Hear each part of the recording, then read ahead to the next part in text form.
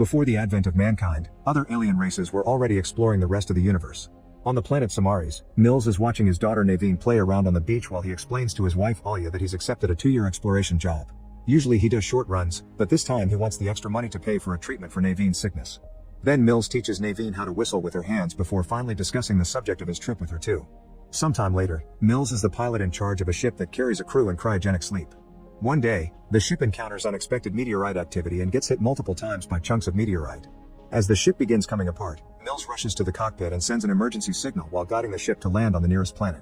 The ship ends up breaking up in 2 parts, and as Mills watches the inevitable crash, he thinks about his daughter before falling unconscious.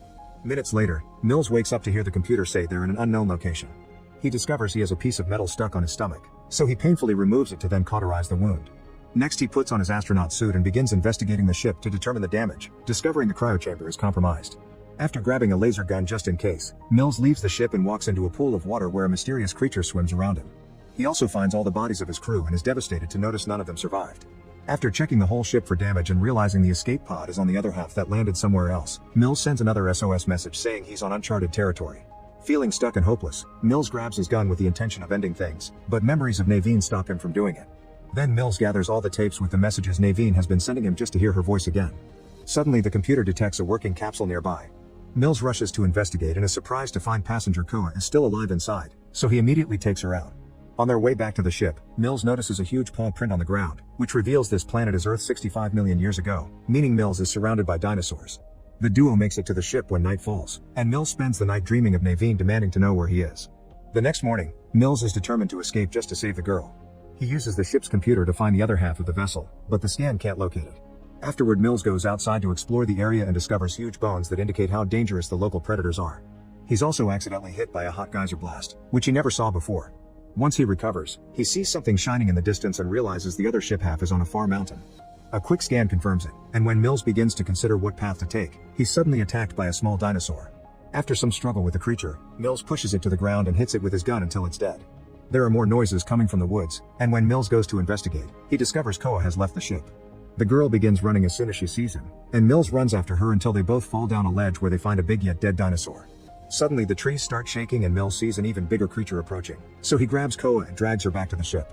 While he takes care of the wound she got when she fell, he tries to explain the situation, but it turns out they don't speak the same language and the ship's translator isn't working. To make his point, Mills spreads a red powder on a tablet and draws the mountain with the pod to explain they must get there to escape. Koa joins him and draws her parents as she understands the word family, so to keep her calm, Mills lies and says her family is in the mountain too. Afterward, Mills sends out another SOS message saying he's found a survivor while Koa finds the recordings of Naveen. As she watches them all, it's revealed that during the first year of traveling, Naveen's illness got worse and she had to be sent to the hospital. During the first few months her messages were happy and proud of her dad, but as time passed, she became angry with him because he wasn't there for her. When Mills finds Koa watching the tapes, he immediately turns them off and announces they're leaving. Once he has enough supplies in his bag, Mills and Koa begin walking through the wilderness, making sure to keep quiet not to attract predators. It's a long and arduous journey, but every time Mills helps Koa when she falls or needs anything, they become a little closer. One afternoon Koa sees something glowing red in the sky, but she doesn't comment on it. Eventually Koa becomes bored of all the walking and grabs some berries from a bush to throw at Mills just to bother him. Annoyed, Mills uses his scan to prove the berries are poisonous and orders Koa not to mess with them. Later, a huge bug lands on Mills' neck and when he kills it with his hand, his fingers end up covered in a disgusting sticky substance. Mills tries to brush it off on a tree, but the thing is so strong that he falls with a piece of bark stuck to his hand, which makes Koa laugh. To tease her back, Mills tries to touch her with his dirty hand, but their little game is interrupted when a small tree falls in front of them. There are some weird noises coming from behind a ledge, and the duo finds a small dinosaur stuck in a pit of the sticky substance. Koa feels bad for it and runs to help it out, which Mills thinks is too dangerous. Since she won't listen, Mills ends up helping her to finish faster. The little creature walks away as soon as it's free, but only a few steps later it's attacked by a group of predators that quickly kill it. Mills drags Koa into a hiding spot so she doesn't have to watch her friend being devoured, but she can tell what's going on and cries. After the dinosaurs are gone, the duo continues their journey, stopping by a waterfall to wash and fill their water bottle. Mills is worried about the state of his stomach wound, but watching Koa makes him think of Naveen and that's enough incentive to keep him going. Koa finds some pretty flowers and bothers Mills until he lets her put one in his hair. Minutes later, Mills' scanner loses the location of the mountain, so he decides to climb a tree for a better view and scan the area again. Suddenly he finds a bug on his hand and shakes his arm to get it off, but the movement causes the branch to break and Mills falls, dislocating his arm.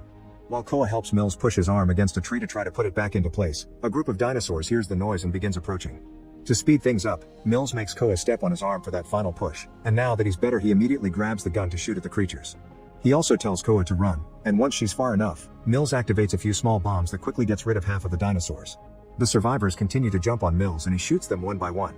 Meanwhile, a bunch of flying dinos lands near Koa, so she begins crawling away to hide behind a tree.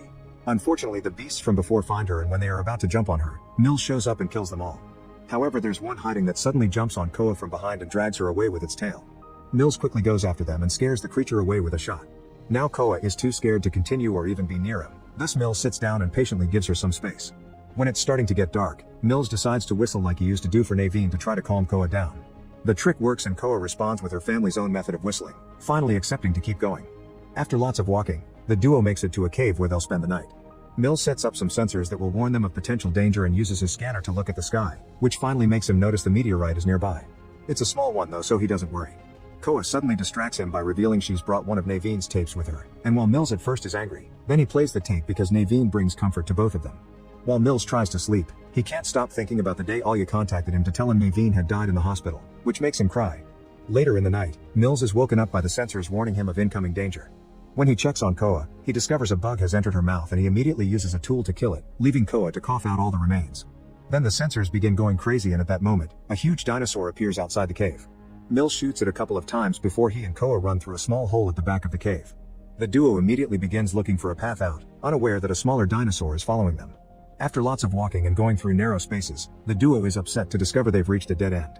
Mills finds a small space between two rocks and tries to dig to make it bigger, but after a few hours he's barely made any progress and decides to give up.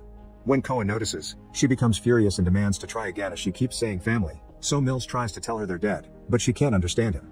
Thinking that he lacks proper tools, Mills suddenly gets an idea. He uses a few bombs to make the hole big enough for a kid, then gives Koa the rest of the bombs to be safe while she explores. Koa crawls through the narrow hole and confirms there's enough room on the other side, so Mills tries to follow her. Unfortunately, the hole suddenly collapses, and Mills desperately yells in frustration when he loses contact with Koa. At that moment, Mills hears the dinosaur approaching. Thus he grabs his gun and returns to the previous cave, where he uses his scanner to know where the dinosaur is.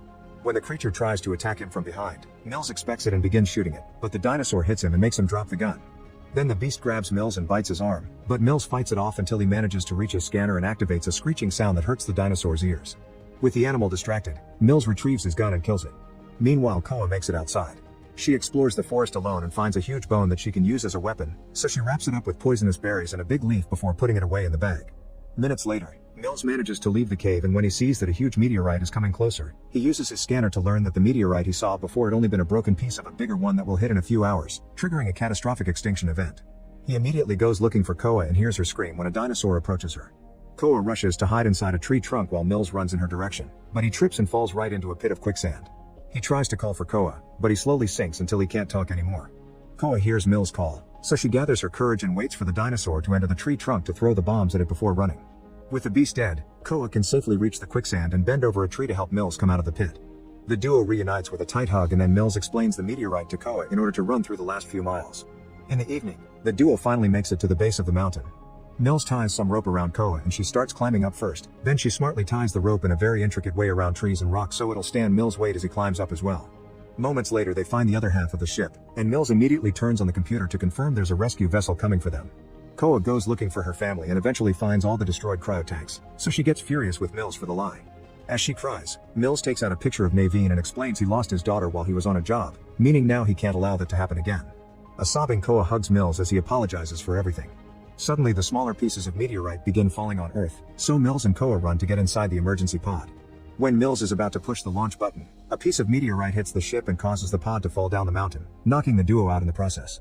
Koa wakes up first and quickly presses the launch button, but the computer explains it can't launch in this position. As Mills begins waking up too, a huge dinosaur arrives and begins attacking the pod. Since the gun fell on the ground, Mills has to risk leaving the pod to retrieve it, only to discover it doesn't work. While a second dinosaur joins the attack, Mills runs to hide behind a piece of the ship and fixes the gun configuration. The dinosaurs suddenly surround him, so Koa grabs the Naveen tape and plays it on the scanner to create a hologram of Naveen outside the ship. Mills cries because he thinks he's getting to see his daughter one last time before his death, but it turns out the dinosaurs are tricked and attack the hologram first. Using this distraction, Mills comes out and quickly kills the first creature while the other pushes the ship trying to reach Koa. Mills immediately comes after it too, and after a few well-landed shots, this dinosaur dies as well. Thanks to the creature's push, the pod is now in the right position to launch. Before Mills can return though, The beast that he had shot back in the cave returns and begins chasing him. With a plan in mind, Mills runs to the geysers and makes the dinosaur walk into a hot blast of water that hits its face. Unfortunately, it doesn't cause much damage, but at that moment Koa shows up and stabs the dinosaur in the eye with the bone she prepared earlier. The dinosaur starts flailing and walks on top of another geyser. This time the blast hits it on the stomach and successfully burns it to death. Afterward, Mills and Koa return to the pod and manage to take off right before the meteorite hits Earth, triggering the extinction of dinosaurs.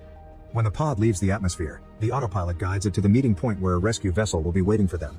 Since they're going home, Mills closes his eyes and pretends